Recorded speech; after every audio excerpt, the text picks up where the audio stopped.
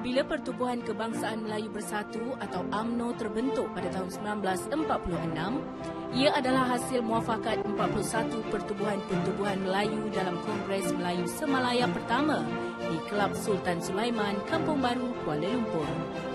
Ia adalah permulaan kepada sifat inklusif dalam parti Melayu terbesar dan tertua masa wujud ini. Kunci utama kejayaan UMNO terus menunjangi barisan nasional dalam mentadbir Malaysia sehingga ke saat ini juga disebut kerana asas kejayaan membentuk sinergi untuk hampir semua entiti Melayu yang wujud.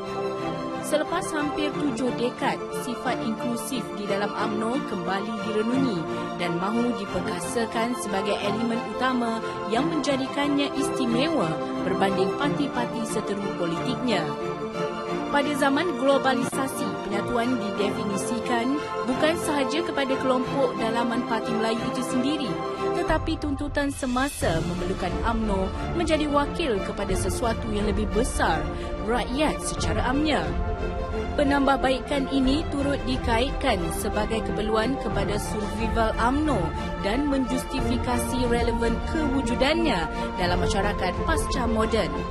Presidennya, Datuk Seri Najib Tun Razak, pernah menyeru supaya UMNO terus menjadi parti bersifat inklusif, tidak bersifat elitis dan anti-idea baru.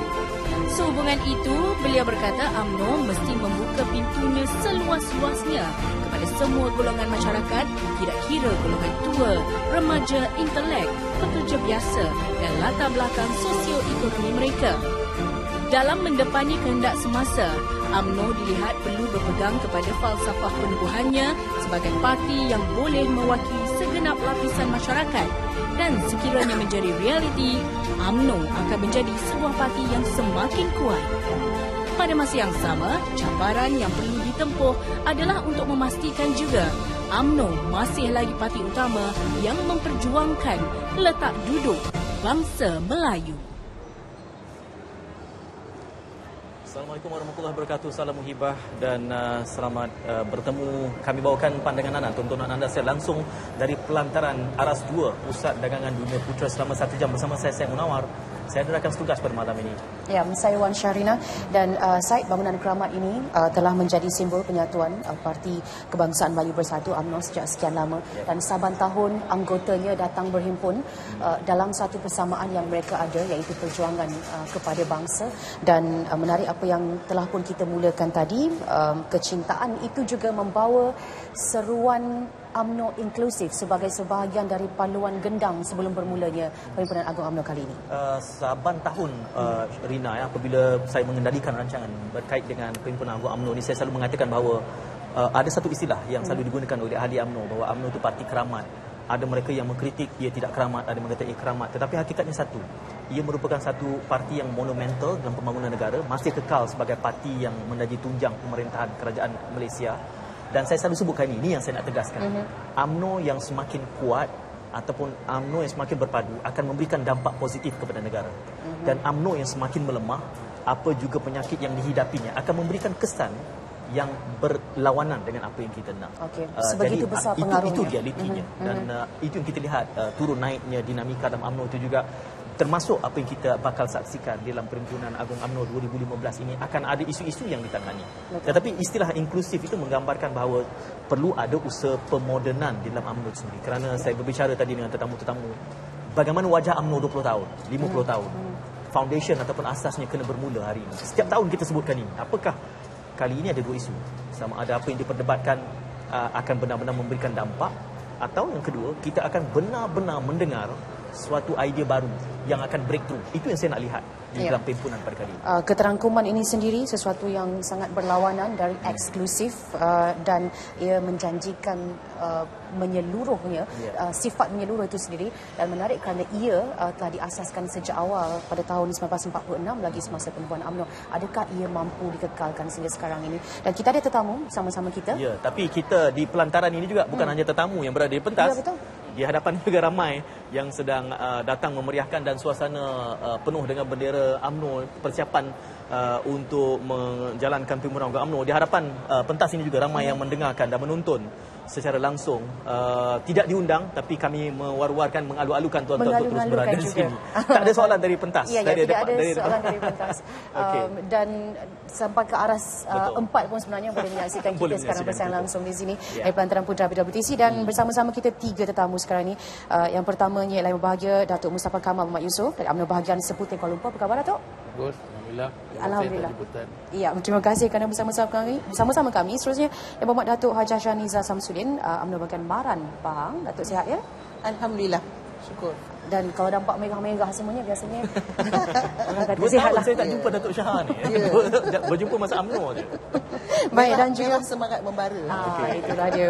Dan bersama-sama kita juga Profesor Madya Dr. Han Hilman Abdullah, pengarah Institut Pengurusan Kualiti UM. Baik juga Doktor ya? Datuk pakai baju UMNO je Bukan. Bukan. Nampak macam sama dengan Datuk Mus punya baju, bukan. Warna nampak merah. macam sama. Itulah saya ingat tadi akademik akan datang dengan warna bebas. Okey. Dengan segmen ni semua pakai baju merah. Merah atas semangat Melayu.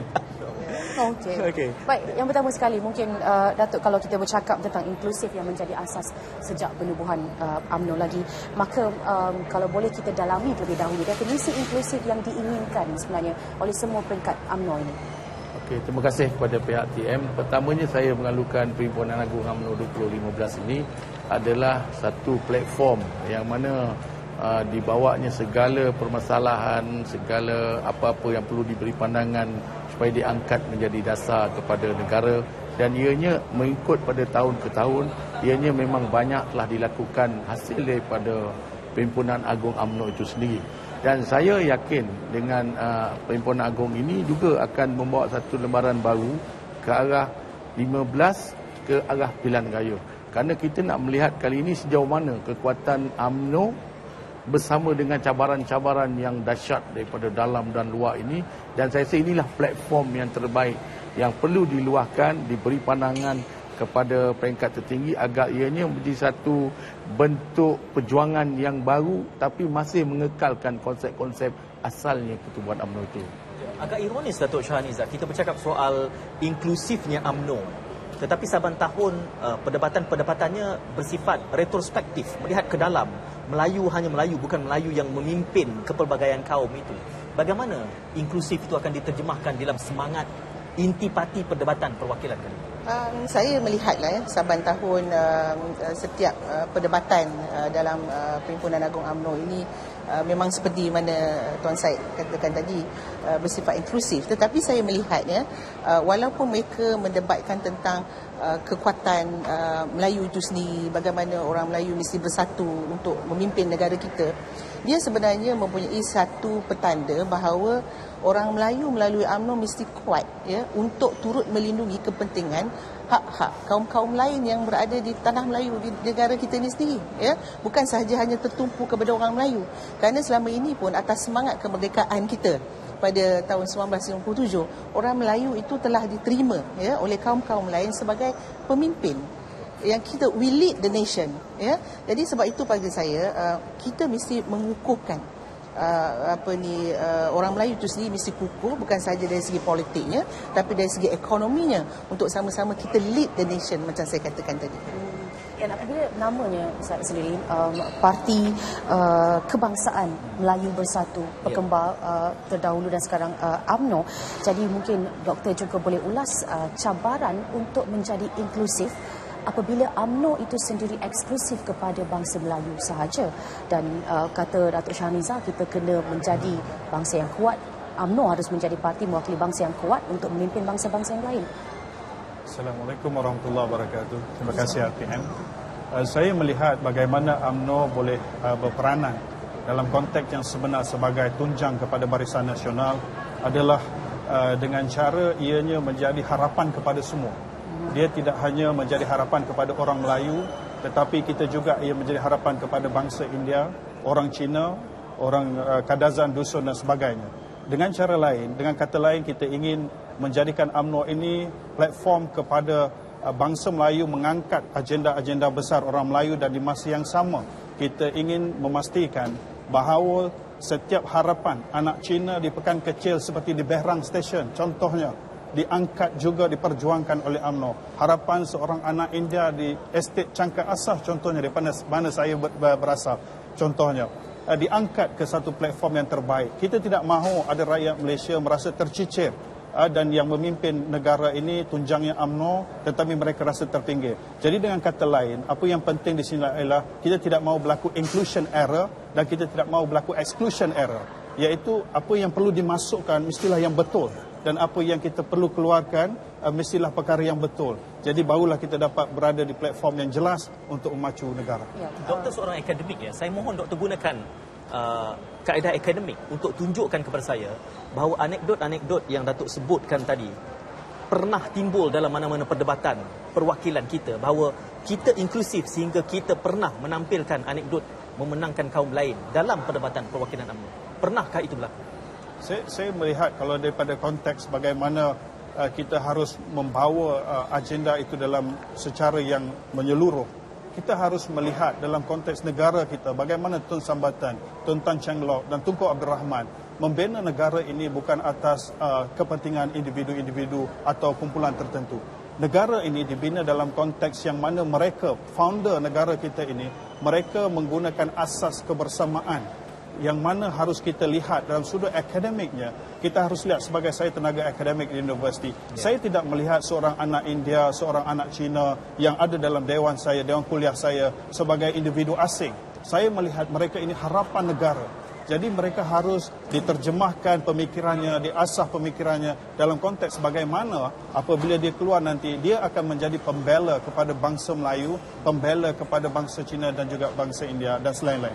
Jadi dengan kata lain, kalau kita lihat dalam konteks hari ini, kita inginkan dalam Perhimpunan Agung kali ini, kita mengharap para pendebat perwakilan-perwakilan dapat mengangkat isu-isu yang mana kita telah jemu dengan sentimen-sentimen terlalu berorientasikan kaum. Kita mahu lihat bangsa Melayu berjaya, bangsa-bangsa lain juga berjaya sebagai one nation. Itu harapan. Datuk Mus, apabila doktor menyebut seolah-olahnya tinggi harapan itu dan mungkin juga ia mewakili kesemua anggota UMNO sendiri, mahu melihat parti ini menjadi adiwira yang boleh menyelamatkan walaupun sehingga ke sekecil-kecil atau sejauh-jauh daerah sekalipun, sekecil-kecil masalah sekalipun. Tapi untuk melakukannya, adiwira ini perlu sihat. Adakah UMNO dalam keadaan yang sihat sebenarnya sekarang ini? UMNO sebenarnya memang dalam keadaan yang tidak sihat. Disebabkan kesihatan yang begitu baik dicemburi oleh orang lain. Mereka mengambil kesempatan untuk merosakkan UMNO ini kerana mereka melihat UMNO berjaya menyatukan berbilang kaum ini. Kejayaan ini, rumusan ini yang tidak pernah dipikir oleh orang lain, bahawa bagaimana sebuah parti Melayu iaitu UMNO berjaya mencantumkan semua kaum-kaum yang ada dalam negara ini dan kejayaan itu sudah terhasil dan mereka melihat bahawa negara Malaysia ini sebuah negara Islam yang akan berjaya di atas konteks Islam itu, tetapi dia boleh menggugat negara-negara lain, maka mereka cuba nak menafi, menidakkan bahawa UMNO itu cuma mengikut bangsa Melayu saja. Padahal tidak. Kita mengamalkan satu konsep yang mana tak boleh negara lain buat. Jadi sebabkan kejayaan ini, mereka cemburu. Maka bila cemburu inilah yang menyebabkan kita dicuba ni hasutnya orang muda, orang belah kampung, orang bandar supaya melihat satu perkara yang konon-kononnya kita ini cuma fikir pasal Melayu je. Sebenarnya ini satu perkara yang tidak baik yang cuba dilakukan. Dan saya tertarik apabila Datuk menyebutkan mereka mencemburui ya. Kerana kedengarannya seperti cabaran mereka itu orang luar. Sedangkan hari ini kemelut terbesar yang dihadapi UMNO adalah cabaran dari dalam UMNO. Ahli-ahli itu sendiri, bukannya mereka yang di luar. Apa komen Datuk? Okey, kekuatan UMNO kalau dilihat daripada luar memang tidak boleh digugat. Mereka cuba nak gugat UMNO punya kekuatan ni berpuluh-puluh tahun dah. Tapi akhirannya mereka menggunakan bentuk daripada dalam. Dalaman inilah yang saya katakan bahawa di Perhimpunan Agung UMNO hari yang akan datang ini kita akan kupas supaya ia menjadi satu subjek, satu perkara yang perlu kita ambil berat, perlu beri perhatian. Kerana kalau dalaman ini rosak, bukan saja UMNO, negara dan juga semua kaum-kaum dalam negara juga tergugat pada masa depan. Okay. Saya tertarik di situ sebab seolah-olahnya kita menyatakan kritik bekas presiden itu satu elemen yang telah digarap oleh orang luar. Itu saya ingin komen daripada panel seketika nanti. Selepas kita berehat seketika. Betul-betul. Kita berehat seketika. Kita kembali selepas ni. Teruskan bersama-sama kami di siaran TV1.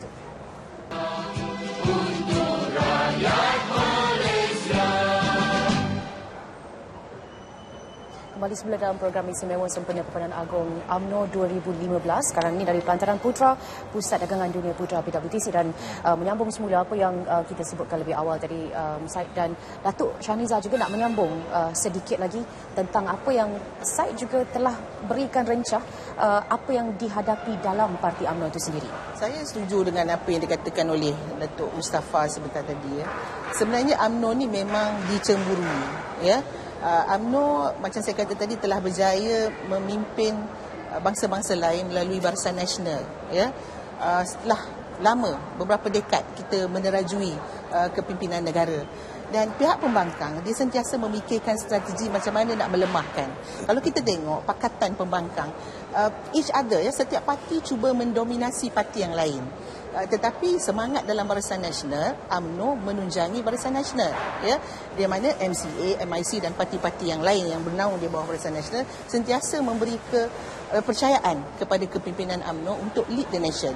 Jadi apa yang boleh mereka lakukan ialah mengancam kita dari dalam, dan mereka mengambil strategi menaruh fitnah, ya, menghasut melalui media sosial contohnya, dan lama kelamaan ia mempengaruhi ahli-ahli kita di dalam. Sebab sedikit kita mula mempercayai persepsi-persepsi yang dicipta oleh pembangkang. Jadi saya setuju dengan apa yang dikatakan oleh Datuk Mustafa. Sebenarnya ini adalah mainan jahat, ya, strategi jahat daripada parti-parti pembangkang. Tapi Datuk, itu perkara yang saya kira biasa berlaku antara rival ataupun seteru politik. Adakah UMNO tidak cukup ampuh untuk mendepani cabaran seperti itu, sedangkan ia tidak berlaku pula ataupun tidak didakwa sebegitu oleh parti pembangkang contohnya? Well, kita tengok, ya, cabaran hari ini bukan macam 10 tahun yang dulu. Ya. 10 tahun dulu kita tak ada media sosial seperti mana hari ini. Hari ini kita boleh dapat macam-macam maklumat, dan diciptakan maklumat yang tak betul ni banyak untuk mempengaruhi kita. Dan kita tidak boleh, orang kata, kontrol ataupun mengawal ahli-ahli kita daripada mendapatkan maklumat-maklumat sebegini. Ya. Sebab itu kita mengharapkan daripada Perhimpunan Agong kali ini akan dicari satu formula bagaimana kita nak menjadi ampuh, ya, dalam keadaan cabaran hari ini, ya. Dan kita lihat serangan-serangan yang dibuat bukan serangan yang orang kata boleh kita remehkan, ya.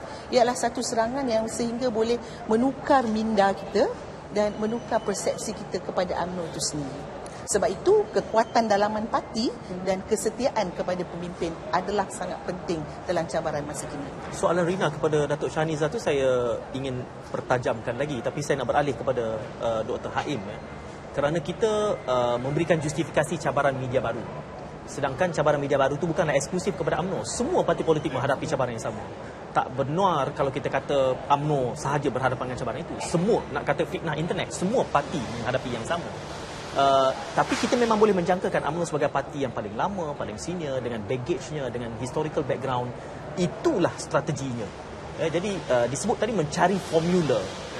Apa nasihat akademik dalam hal mencari formula ini? Saya melihat dalam konteks ini sebenarnya aspek cemburu itu sebenarnya pada saya adalah biasa berlaku, sebab semua political party dia ada hasrat untuk menguasai sesebuah kerajaan atau membina kerajaan. Jadi dalam perkara ini yang saya nampak ialah UMNO kena ada satu perancangan yang jelas, yang mana politics of hope, iaitu satu harapan yang benar-benar ampuh, yang benar-benar boleh memberi satu kepercayaan kepada rakyat bahawa parti ini mampu untuk menjadi wadah kepada perjuangan orang Melayu dan juga seluruh bangsa yang ada di negara ini. Dengan kata lain, saya kata UMNO tidak boleh lagi bergantung kepada felda-felda. UMNO tidak lagi boleh bergantung kepada masyarakat kampung. UMNO perlu dibandarkan, UMNO perlu diremajakan. Kita dah dengar UMNO diremajakan. Tetapi apa yang penting dalam konteks yang saya boleh lihat di sini ialah bagaimana kita mendekati remaja-remaja, golongan muda, belia dan sebagainya. Bagaimana kita boleh memainkan peranan yang lebih berkesan dalam menangani segala isu dan kemelut yang dihadapi oleh rakyat hari ini. Kalau UMNO mampu untuk menzahirkan, bukan hanya sekadar bicara retorik di hari perhimpunan, tetapi menzahirkannya dengan tindakan, dengan adanya perancangan dan ianya diperhalusi dengan pencapaian, saya percaya rakyat akan melihat dan terus yakin bahawa parti inilah yang mampu membela mereka. Hari ini, kalau kita lihat bagaimana opposition mampu untuk menguasai kerana mereka mampu memberi harapan. Orang berharap. Jadi harapan ini sesuatu yang harus ditangani dengan secara strategik, yang secara berkesan, dan insya-Allah sekiranya kita benar-benar mempunyai perancangan yang baik dan pemantauan segala apa yang kita laksanakan, kita pasti mampu mengekalkan kuasa yang ada bagi UMNO. Okey. Datuk, adakah Datuk bersetuju dengan pendapat doktor itu? Kerana saya kira sebagai sebuah parti yang menunjangi perikatan pemerintah, maka sukar untuk UMNO berjanji sahaja kerana ia harus memberi terus daripada instead of berjanji, sekadar berjanji. Saya, pendapat saya tu ni, kalau kita setakat nak berjanji untuk memenangi satu-satu pilihan raya, akhirnya kita gagal untuk melaksanakan apa yang kita janji. Itu bukan dasar UMNO. Itu bukan UMNO punya cara. UMNO bercakap, dia buat. Kata di kota, janji dilaksana. Kerana kalau kita nak memerintah satu buah negara, orang yang tidak bertanggungjawab saja nak meracuni pemikiran rakyat. Kerana melalui fitnah juga boleh menjatuhkan kerajaan. Kerana fitnah ini kalau disebut, orang akan percaya. Tapi UMNO tak mau pergi ke arah tu kerana kita ni mendukung pada perjuangan agama, bangsa dan negara. Kita ni pemimpin Islam. Kalau kita buat fitnah, kita akan soal kemudian hari. Jadi ada banyak cara macam mana kita nak menangani pemikiran orang muda, orang lama, Felda dan juga warga kota ni. Tetapi caranya kerana kita buat bagaimana baik pun, tapi persepsi yang dibuat oleh pembangkang melalui tipunya, melalui janji-janjinya. Kalau kita tengok di Selangor berbagai janji. Kadang-kadang saya tengok maintenance kawasan perumahan pun lalang penuh sana sini. Itu janji yang dibuat, rakyat terpengaruh. Apabila rakyat terpengaruh, mereka akan mengundi pembangkang untuk peringkat awal. Tapi bila pembangkang itu menguasai negeri, dia akan menggunakan demografik politik punya sepadan cara itu ini untuk kekal sebagai kuasa. Jadi kita tak mau dilihat sebagai UMNO untuk memenangi satu-satu tempat, kita nak ikut cara pembangkang. Itu bukan kita punya politik. Saya ingin angkat ni, kalau Datuk membaca komen-komen di media sosial, ya, soal janji yang Rina sebutkan itu tadi, banyak yang mereka menuding janji, mungkin bukan UMNO, Barisan Nasional, soal kenaikan tol naik juga, kenaikan petrol naik juga, kenaikan harga barang naik juga. Inilah isu yang Rina bawakan tadi. Janji-janji yang sebenarnya tidak semudah kita menyatakan kerana UMNO is in the position of power. You can construct something positively rather than pointing it to the opposition. Itu artinya di dalam media sosial. Datuk mengatakan pihak sana memfitnah. Dia kedua-dua belah berimbal balas itu sebenarnya. Doktor, kalau boleh saya kongsikan. Contohnya hari ini bagaimana rakyat begitu rasa tertekan dengan kenaikan harga tambang pengangkutan awam sebagai contoh. Di sinilah sebenarnya rakyat mengharapkan kepada kerajaan, iaitu melihat bagaimana mekanisme-mekanisme yang boleh kita kenal pasti untuk menangani isu ini untuk jangka pendek. Dan juga pastinya kita perlu bangunkan satu perancangan jangka panjang. Yang dengan kata lain, semua projek-projek prasarana harus dibangunkan dan tidak boleh lewat sama sekali hatta satu sen pun kita tidak mahu kerana ia membebankan negara. Jadi dengan kata lain, saya nak ambil contoh, syarikat-syarikat prasarana negara, pembangunan prasarana, jangan melihat negara ini sebagai tempat mereka untuk menjana keuntungan berbilion ringgit. Mereka harus melihat membina negara ini dengan kasih sayang. Dengan kata lain, mereka melihat rakyat Malaysia ini sebagai rakyat yang harus mereka dahulukan. Kalau mereka ingin membina jutaan ringgit atau bilion ringgit keuntungan, mereka boleh di luar sana, di peringkat antarabangsa dan sebagainya. Dengan kata lain, apa yang saya ambil contoh? Saya nak bagi contoh, hari ini semua orang mengguna pengangkutan awam. Kalau orang kaya mungkin dia drive sendiri ke tempat kerja. Tapi kalau orang rakyat bottom 40, rakyat miskin, dia naik pengangkutan awam, dia naik LRT, dia naik komuter. Hari-hari dia kena bayar dan belanja untuk pengangkutan awam, untuk pergi tempat kerja. Jadi kalaulah kerajaan boleh mempertimbangkan sebagai contoh, waktu puncak, peak hours, pukul 6 sampai 9, kita bagi special rate, special discount. Kalau boleh free lagi baik. Dan juga waktu puncak masa balik, iaitu pukul 5 sampai pukul 8 malam, kita bagi special discount untuk rakyat. Mereka ini survival dia sangat tinggi dengan apa yang ada dalam poket mereka. Jadi kalau kita dapat ringankan, setidaknya big relief for them. Tapi macam saya kata tadi, perlu ada perancangan jangka panjang. Janji kita tidak seperti janji yang mana kita tidak tunaikan. Janji kita mesti dengan perancangan, dengan kita kerajaan memerintah. Kalau kita dapat laksanakan perkara ini, saya percaya rakyat akan berterima kasih kepada kerajaan, dan juga saya juga ingin menekankan bahawa prasarana syarikat yang membangunkan prasarana negara harus melihat rakyat diutamakan, bukan keuntungan yang melampaui sehingga mana kita melihat air mata mengalir kerana kecewanya dengan apa yang berlaku hari ini.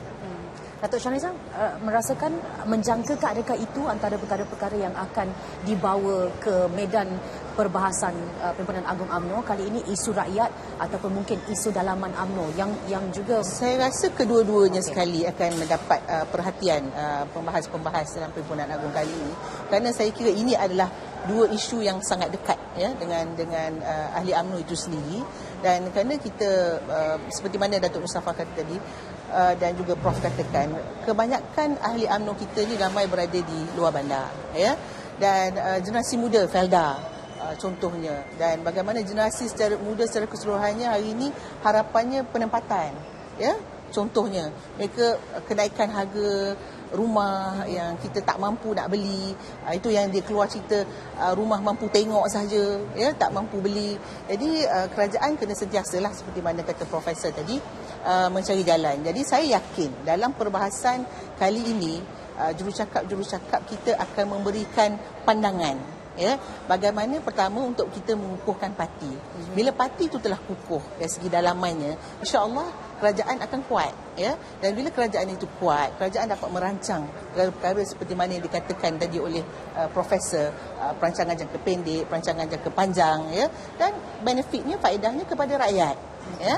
Dan untuk contohlah saya nak bagi, kalau kita sentiasa dalam rumah tangga kita tu berkocak ya, bagaimana ketua keluarga kita nak mencari rezeki yang lebih ya. Begitu juga dengan UMNO, kita lead the nation tadi, tapi kalau dalaman kita tak kuat, kita hati berkocak, berkecamuk orang kata ya, dengan masalah-masalah dalaman kita sendiri, kita tidak akan boleh memimpin negara kita ataupun melonjakkan negara kita ke lebih yang tinggi lagi. Datuk, inklusif itu sendiri menjanjikan bahawa perbezaan pendapat juga diraikan. Ya. Jadi bagaimana kita nak mengenal pasti garis yang sangat halus antara meraikan perbezaan pendapat dan meraikan kesepakatan? Kerana secara literalnya kedua-duanya berbeza. Kita harus bersetuju untuk tidak bersetuju, barulah boleh hidup bersama-sama. Adakah itu berlaku dalam UMNO? Soalan itu akan dijawab selepas kita berehat. Rina boleh bersabar seketika. Rina semangat bertanya soalan, tapi saya menahan nafas di situ. Saya tak pakai baju merah hari. Tak pakai baju merah. Soalan ditujukan kepada mana-mana? Ada spesifik? Tak ada juga ya? Mungkin Datuk Shahrizal. Ya. Datuk bersabar seketika. Datuk berdua dan Doktor, kita akan kembali studio selepas ini menjawab soalan panas Rina.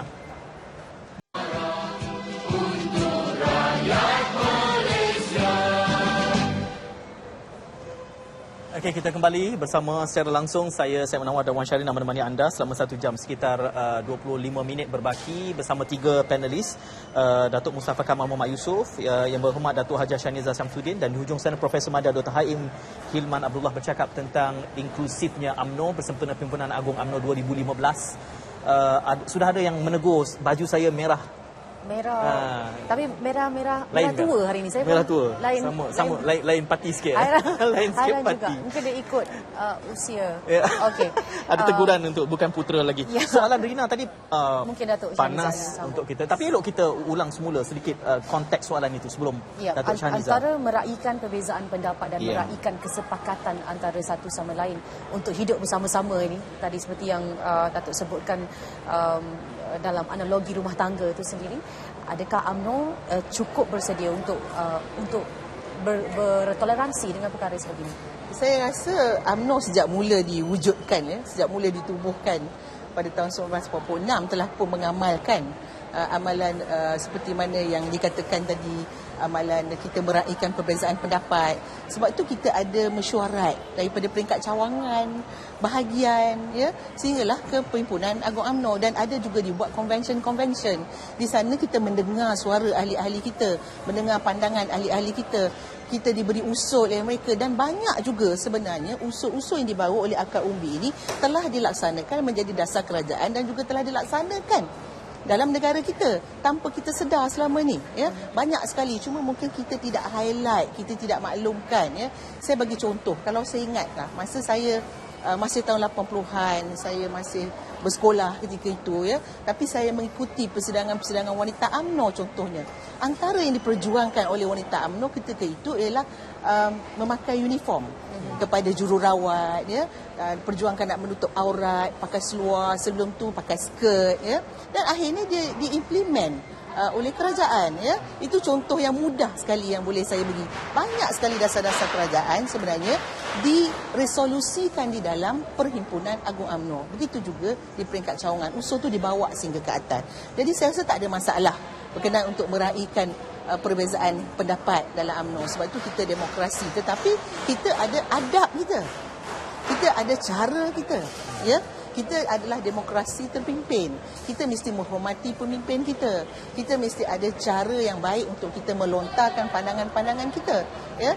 Jadi dengan cara saya rasa untuk memaksa sesuatu pihak menerima pendapat kita, itu bukan satu cara yang demokratik, ya. Itu bukan satu cara UMNO, ya. Apabila kita telah meluahkan pandangan dan kita memberi kepada majoriti untuk menerima pandangan kita, itu baru kita laksanakan, ya.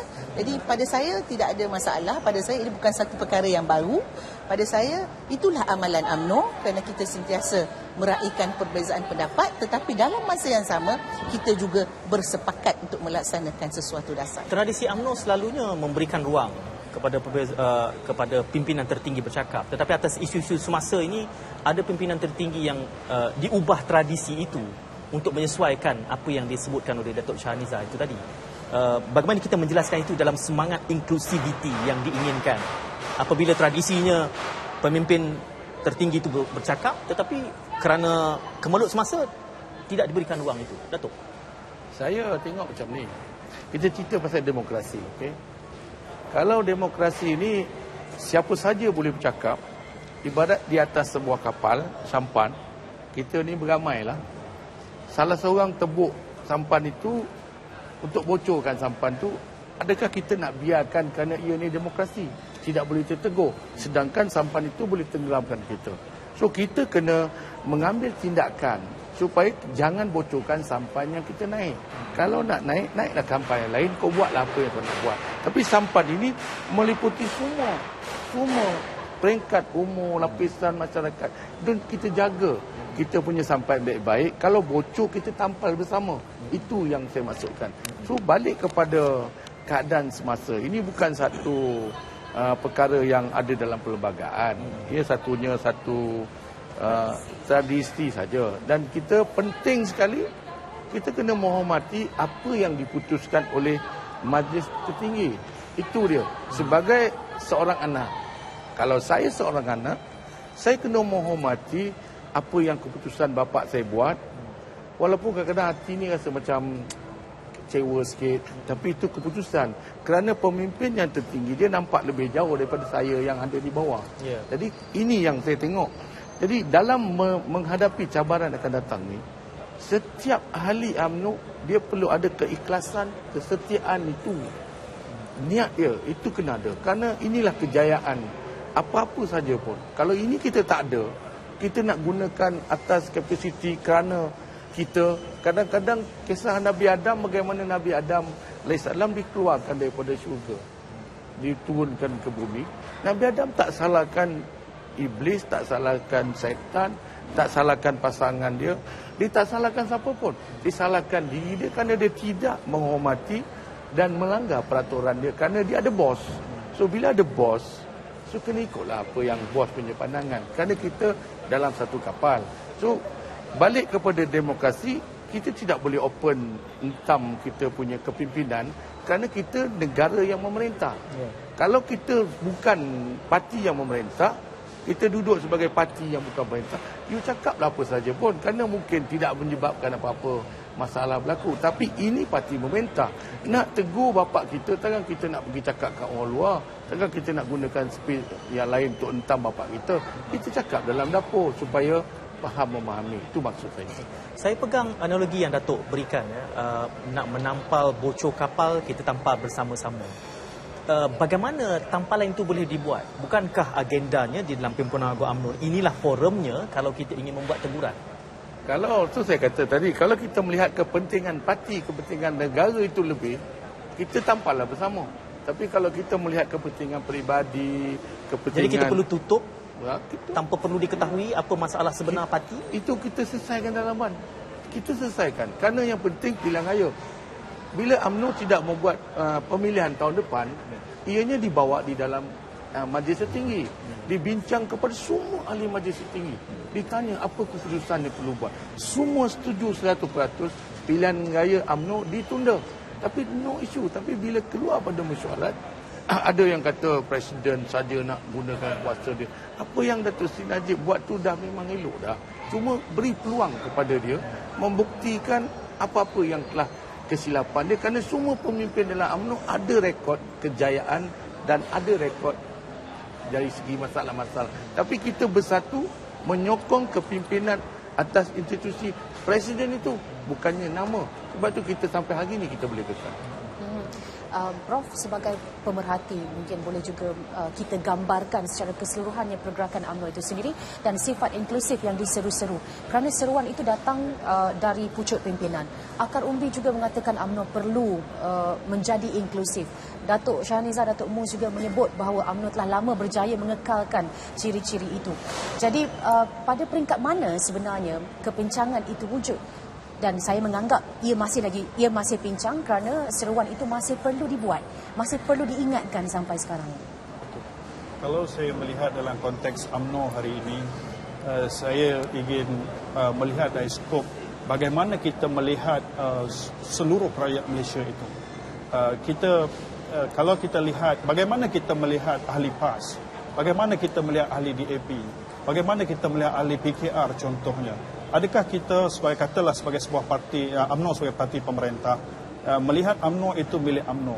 Kalau kita berfikir dalam kerangka UMNO itu adalah UMNO untuk UMNO, ahli UMNO, maka kita tidak akan mampu merentasi. Ini adalah cabaran masa kini.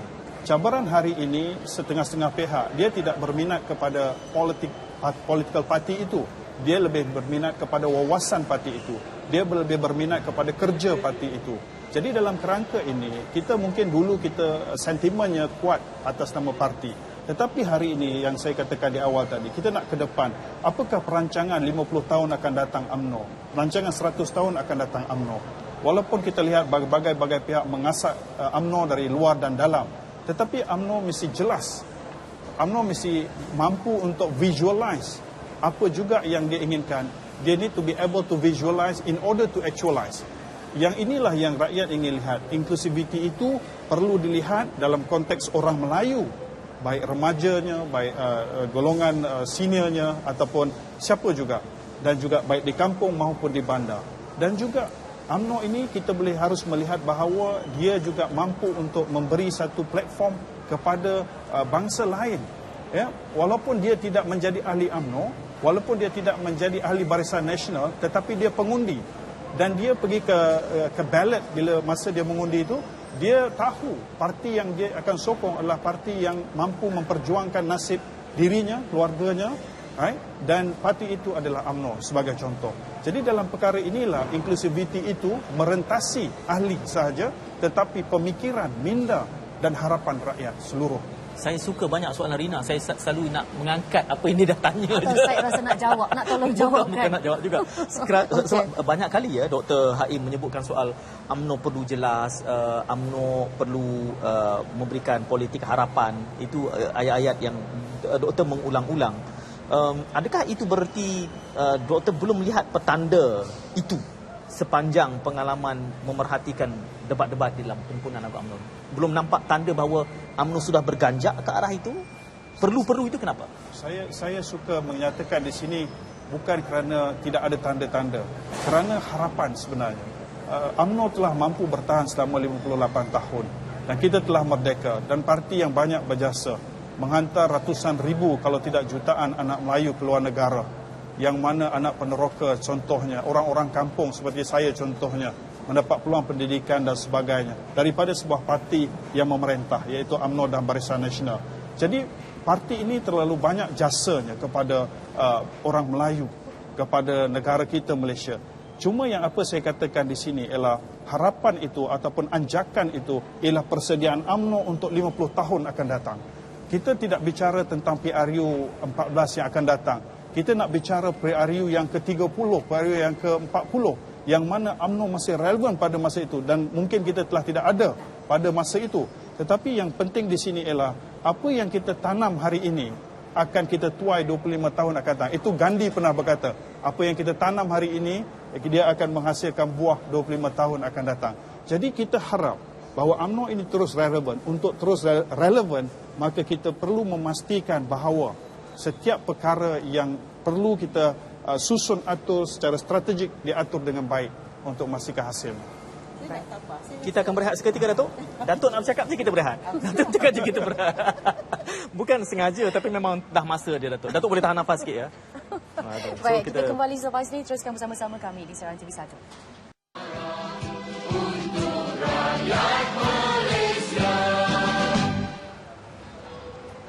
Kembali dari Pusat Dagangan Dunia Putra PWTC bersama Perdana Agung UMNO 2015 yang akan bermula esok sehingga 12 hari bulan Disember nanti. Dan bersama-sama tiga tetamu kita bercakap tentang inklusif UMNO yang berhormat Datuk Haji Shaniza Syamsuddin, yang bangkit Datuk Mustafa Kamal Muhammad Yusof dan Profesor Madya Dr. Haim Hilman Abdullah. Dan tadi Datuk dihentikan saya tadi untuk satu soalan yang Datuk sendiri gobar-gobar nak jawab, itu tentang kepincangan kalau ada, kalau wujud. Bukan nak jawab soalan tu. Sebenarnya saya tadi bila Rina menyebut masih nampak diri Rina masih nampak kepincangan, masih ada kepincangan dalam UMNO.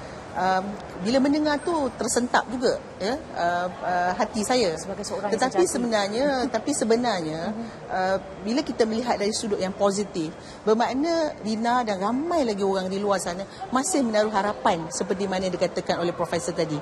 Kalau Rina dah tak ada harapan, kalau rakyat jelata di luar sana tak ada harapan terhadap UMNO, mereka dah tak peduli kepada UMNO lagi. Mereka tak akan melihat lagi perjalanan UMNO ini.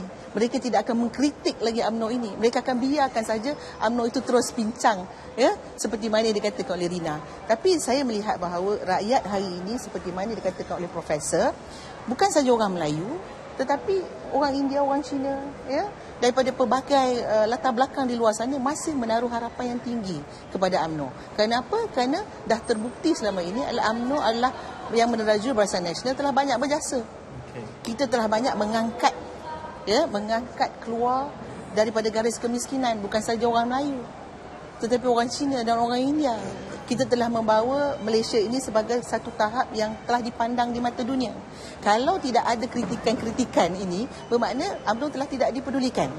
UMNO sudah tidak ada harapan. Jadi berbalik-balik pada kita tadi meraihkan perbezaan pendapat itu, saya rasa adalah satu amalan yang baik yang kita amalkan selama ini. Saya meletakkan konteks sedikit berbeza kerana saya cuba mengelak menggunakan istilah kepincangan. Kepincangan itu mungkin agak mendadak pada hemat saya.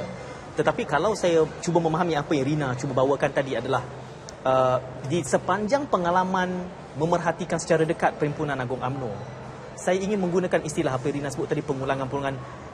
Kita tidak graduate di dalam membicarakan tentang tema-temanya. Kalau kita melihat sisi ekonominya, ia sentiasa saja tentang ekonomi agenda Bumi Putra, peranan GLC, dan itu adalah pengulangan selama bertahun-tahun.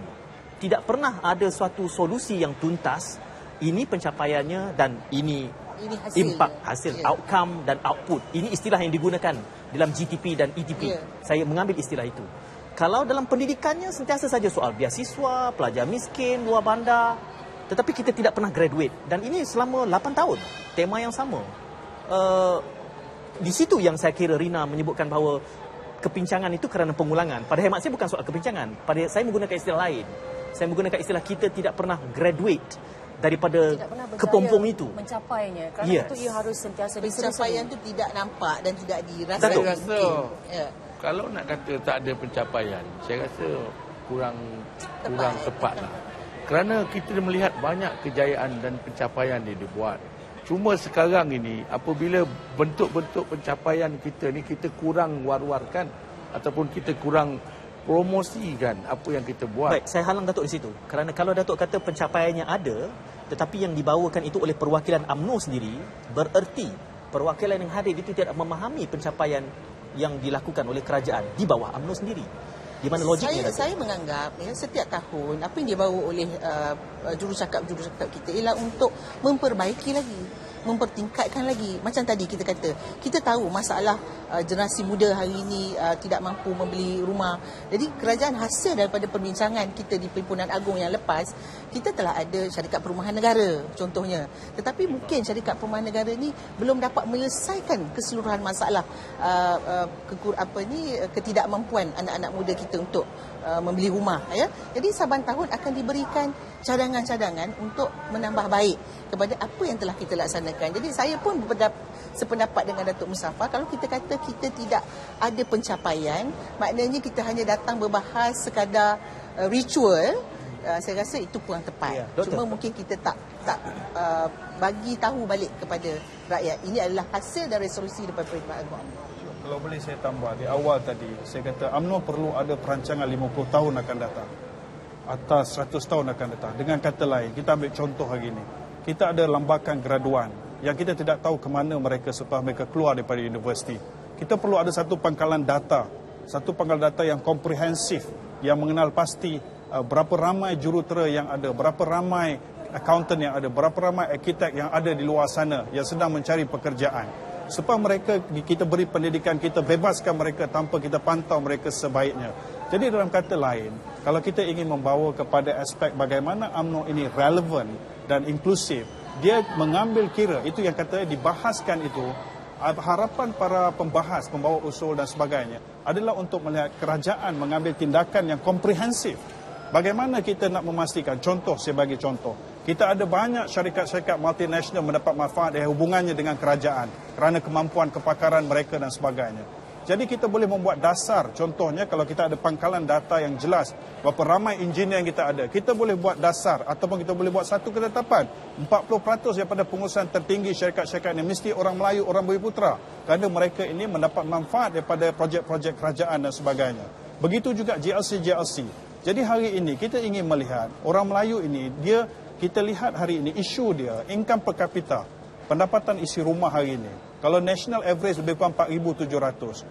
Sedangkan orang Melayu berada di kedudukan bawah national average. Orang Cina 6,500 lebih kurang, orang India 4,700. Jadi apa yang dibawa oleh para perwakilan ialah kerisauan mereka sebab para perwakilan datang dari akar umbi, datang dari kampung, dari pendalaman. Jadi mereka inilah sebenarnya membawa harapan rakyat jelata ke perhimpunan ini, dan di sinilah sebenarnya pemimpin tertinggi UMNO dan kerajaan harus mengupasnya agar ia tidak hanya menjadi perhimpunan biasa. Saya nak tambah Datuk. Pasal kos sara hidup ni.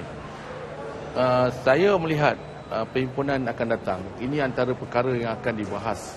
Dan saya amat yakin bahawa kita akan dapat satu keputusan ataupun satu resolusi yang boleh memberi jaminan kepada warga Malaysia, terutama dalam bandar, tentang macam mana nak kesetara hidup kita ni. Saya yakin perkara ini akan jadi satu topik utama yang dibahas, dan perkara ini akan dibentangkan kepada Perdana Menteri sebagai Presiden, dan mereka akan sampaikan keluhan-keluhan. Dan inilah yang saya katakan tadi, antara perjuangan yang dibuat oleh peringkat akar umbi itu datang di Perhimpunan Agung. Saya amat yakin benda ni akan berlaku perkara yang baik untuk rakyat Malaysia. Ya. Datuk Syahnisa, bantu saya di sini. Kita ada 3 minit berbaki. Ya. Kita ada kecenderungan untuk mensinonimkan UMNO itu sebagai kerajaan. UMNO adalah parti dan kerajaan itu adalah struktur yang berbeza. Kerana saya mendengar daripada pandangan ketiga-tiga, termasuk yang Dr. Haim sebutkan, keupayaan untuk memahami cabaran, data-datanya adalah di dalam kerajaan. Ya. Dan UMNO punya akses kepada maklumat ini. Dan UMNO boleh dissect, boleh kaji, boleh telaah, boleh unjurkan data-data ini. Sementara UMNO sendiri mengatakan bahawa kami kerajaan. Jadi kita tidak boleh mengatakan UMNO tidak tahu data-data ini. Dan ini berada dalam kawalan, di dalam unjuran yang UMNO mampu buat. Tetapi di sisi yang lain, UMNO sendiri mengkritik pelaksanaannya. Jadi satu sisi UMNO ingin bersikap sebagai parti politik, tetapi di sisi yang lain UMNO mengatakan bahawa kami kerajaan, kami telah buat ini, tetapi ini cabarannya. Jadi mohon fahamkan saya, apa dinamikanya di sini? Apa isunya? Maksudnya, kalau macam saya katakan tadi, bila kita telah melaksanakannya sesuatu perkara, kita hendak menyelesaikan satu masalah, kita telah melaksanakan satu perkara untuk penyelesaian masalah tersebut. Tetapi kita melihat bahawa ia tidak menjadi satu penyelesaian yang baik. Dan kita dibiarkan, bukan kita dibiarkan, kita boleh berhak sebagai satu parti politik, UMNO, yang juga macam dikatakan oleh Tuan Syed tadi, adalah juga kerajaan, ya, untuk mengkritik. Tidak salah pada saya untuk kebaikan, untuk penambahbaikan. Bukannya kita mengkritik untuk kita condemn, tidak. Ya, UMNO mengkritik kerajaan mereka sendiri. Bukan mengkritik. Apa salahnya masa kita dalam Perhimpunan Agung UMNO, kita mengkritik untuk penambahbaikan. Kritikan bukan semestinya negatif. Kritikan ada kalanya positif. Dan kita menganggap bahawa kritikan-kritikan ini dan adalah cadangan-cadangan. Kritikan kalau kata benda ni salah, itu adalah kritikan. Tetapi kalau kita rasa ia boleh dibaikkan lagi, itu adalah pandangan yang kritikan yang membina. Jadi saya rasa tidak salah. Kerana kita tidak boleh bila kita laksanakan satu perkara, kita dah puas hati. Ya? Kita tak boleh puas hati. Kita mesti sentiasa perbaiki. Kalau boleh saya tambah apa yang saya katakan tadi, iaitu berkaitan dengan kita ada maklumat itu semua.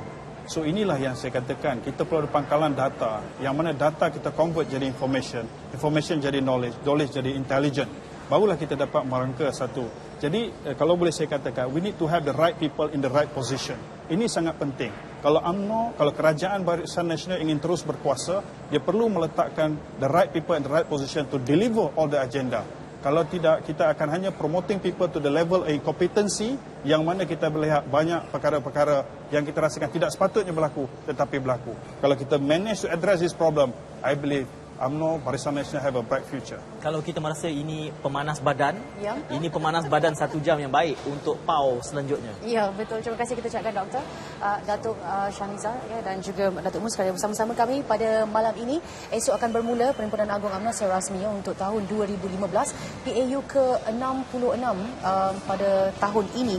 Dan tentu saja dengan semua cabaran yang ada yang perlu ditempuh oleh Parti UMNO, ia masih lagi parti yang perlu membuktikan ia sendiri satu kekuatan utama untuk memperjuangkan letak duduk bangsa Melayu sendiri. Jangan lupa kami akan terus bersiaran. Ada banyak siaran-siarannya, ada jadualnya akan kita war-warkan dari semasa ke semasa.